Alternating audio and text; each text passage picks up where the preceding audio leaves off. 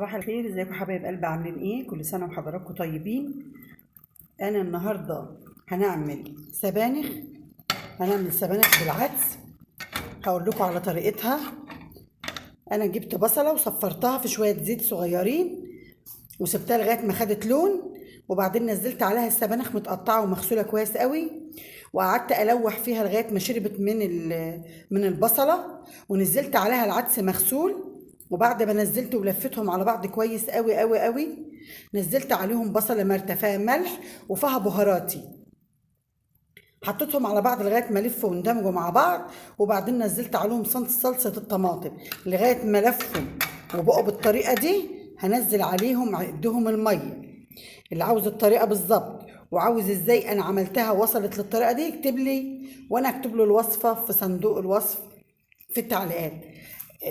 اهم حاجه في السبانخ تبقى فريش، ما تجيبيش سبانخ بايته او تجيبي سبانخ ما كانتش كويسه، علشان كل ما تبقى طازه كل ما ان شاء الله باذن الله هتدي معانا طعم حلو قوي قوي قوي.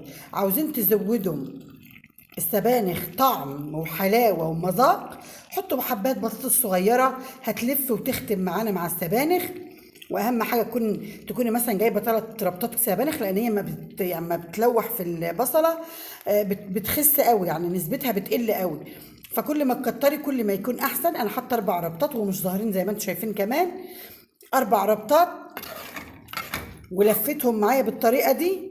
وحطيت عليهم بصله المرتة. البصله دي لازم تكون بصله كبيره، تحط عليها كمون وكزبره وفلفل اسمر وشطه، مفيش اكتر من كده بهار، مفيش اكتر من كده. تمرطها حلوه قوي قوي وتنزليها على السبانخ والعدس وتسيبوهم يلفوا ويشربوا من بعض كويس قوي. اول ما تشوف تلاقي الحله ما عادش فيها ميه وبدات تجمد، تنزلي عليهم عصير الطماطم. عصير الطماطم ده لازم تكون طماطم حمراء، ما تكونش طماطم خضراء، لان اليومين دول الطماطم خضراء قوي بصراحه وما بتديش لون. طماطم تبقى حمراء عشان تدي معانا سبانخ حلوه قوي وطعمها جميل خالص. انا هنزل عليها ميه تغلي واوريكم نسبه منسوب معجون الطماطم فيها ازاي. شايفين يا حبايبي اللون؟ ما شاء الله ما شاء الله. كده العقد بتاعها مظبوط، والحدق كمان مظبوط، بهاراتها مظبوطه. انا هوطي النار عليها واسيبها حوالي نص ساعه تستوي براحتها على نار هاديه. بعد النص ساعة اللي بيحب التوم ممكن يجيب فصين توم ويطشهم على وشها، واللي ما بيحبش التوم عادي ياكلها كده، مفيش اطعم ولا اجمل من كده. وعلى فكرة كل ما تغلي اكتر وتستوي اكتر لونها بيغمق اكتر، لان المية لسه ما خدتش ودت مع عصير الطماطم. فشوف كل ما تغلي قدامنا شايفين اللون بيغمق معانا والصلصة بتبان، يعني كل ما بتغلي الصلصة معانا بتبان. انا هسيبها كده براحتها خالص تغلي معانا وتستوي، وان شاء الله في الاخر نوريكم احنا عاملين ايه. كده يا حبايبي ما شاء الله انا خلصت طبق النهارده اللي هو السبانخ. شايفين والله العظيم ريحه ما اقولكوش، والطعم اجمل من الريحه بكتير. شايفين اللون بتاعها حلو ازاي؟ زي ما قلت لكم تمشوا على الخطوات خطوه خطوه وتكه تكه، ما شاء الله هتبقى بالوضع اللي انتم شايفينه ده. واي استفسار عن السبانخ اكتبوا لي في الكومنتات، وانا هكتب لكم الخطوات الاولانيه اللي انا ما عملتهاش هي ايه، واقول لكم على البهار اللي انا مستخدماه فيه. الفراخ معايا اهي، صينيه الفراخ وعملتها قبل كده وهي عندكم في القناه اللي عاوز يرجع لها تاني. وعملت معاها طبق رز ابيض، لان سبانخ يعني رز ابيض، مش عايزه اكتر من كده. يبقى احنا عملنا سبانخنا النهارده. هقولها بسرعه كده. هنصفر بصله وانزل عليها السبانخ متقطعه واسيبها تتلوح فيها لغايه ما تاخد لون البصل، وانزل عليها العدس وبصله مرده واسيبهم يلفوا مع بعض حلو قوي كده لغايه ما يوصلوا لقوام تقيل. بعد كده انزل عليهم معجون الطماطم واسيبهم مع بعض اكتر من تلت ساعه لغايه ما تتشرب خالص الطماطم. وبعد كده انزل عليها العقد بتاعها. ولازم ده زي ما بقول كل مره لازم تبقى الميه سخنه، اوعى الميه تكون ساقعه. اي ميه ساقعه بتتحط على الخضار وبتطبخ بتغير لونه خالص وبتغير طعمه مبقاش حلو خالص. ميه بتغلي تنزل على السبانخ واسيبها تلت ساعه تانيين لغايه ما تختم وتبقى معايا بالمنظر الروعه اللي انتوا شايفينه ده. ولا اروع ولا اجمل من كده، ما شاء الله تبارك الرحمن. وانا باذن الله كل فيديو هنزله لكم.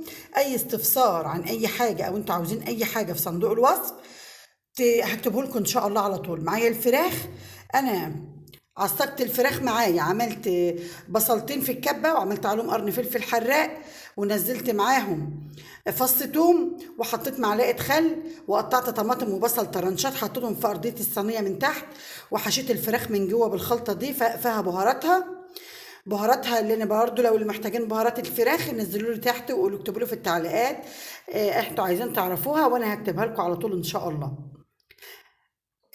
بحطها في الفرن وبنزل وبغلي كوبايه ميه، برضو الميه مغليه، بغلي كوبايه ميه، كوبايه شاي كبيره، وبحطها في قلب الصينيه، فضها في قلب الصينيه علشان الفراخ بالخلطه دي لوحدها مش هتستوي.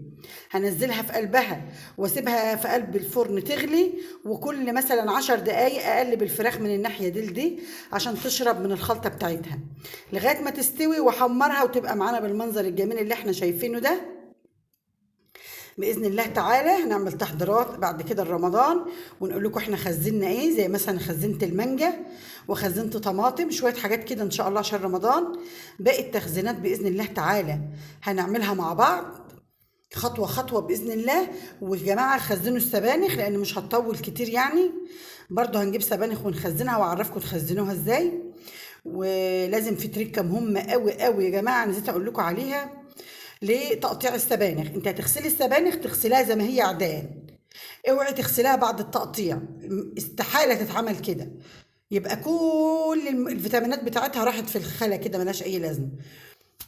تنضفيها كويس وبعدين تحطها في ميه بخل بعدنها، وبعدين تشطفيها بعد ما ترقدها 10 دقايق في الميه بخل، تشطفيها بميه عاديه وتنشفيها وتقطعيها بالسكينه خرط ناعمه جدا جدا. ما يعني مش عايزين ما فيش اي حد بيخرطها قبل ما يغسلها، لو يا ريت تغيروا الطريقه دي. الطريقه دي مش صحيه خالص، مش صحيه بالمره.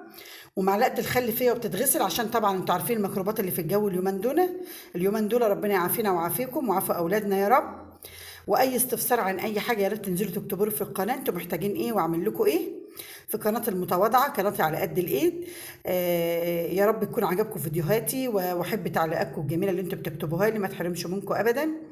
كنت بقرا النهارده حبيبه قلبي اللي كاتبالي انا ان شاء الله اما النت يجي هتواصل معاك، انا في انتظارك يا حبيبتي، ويشرفني وجودك معايا في القناه. وكل سنه وحضراتكم طيبين، وشهر رجب ان شاء الله يبقى شهر سعيد علينا، وبعد شعبان ورمضان على الامه الاسلاميه بالخير واليمن والبركه ان شاء الله، ويدخل علينا رمضان والناس كلها بخير وصحه وسلامه. وده كان فيديو النهارده، اشوفكم في فيديو جديد، وكل سنه وحضراتكم طيبين.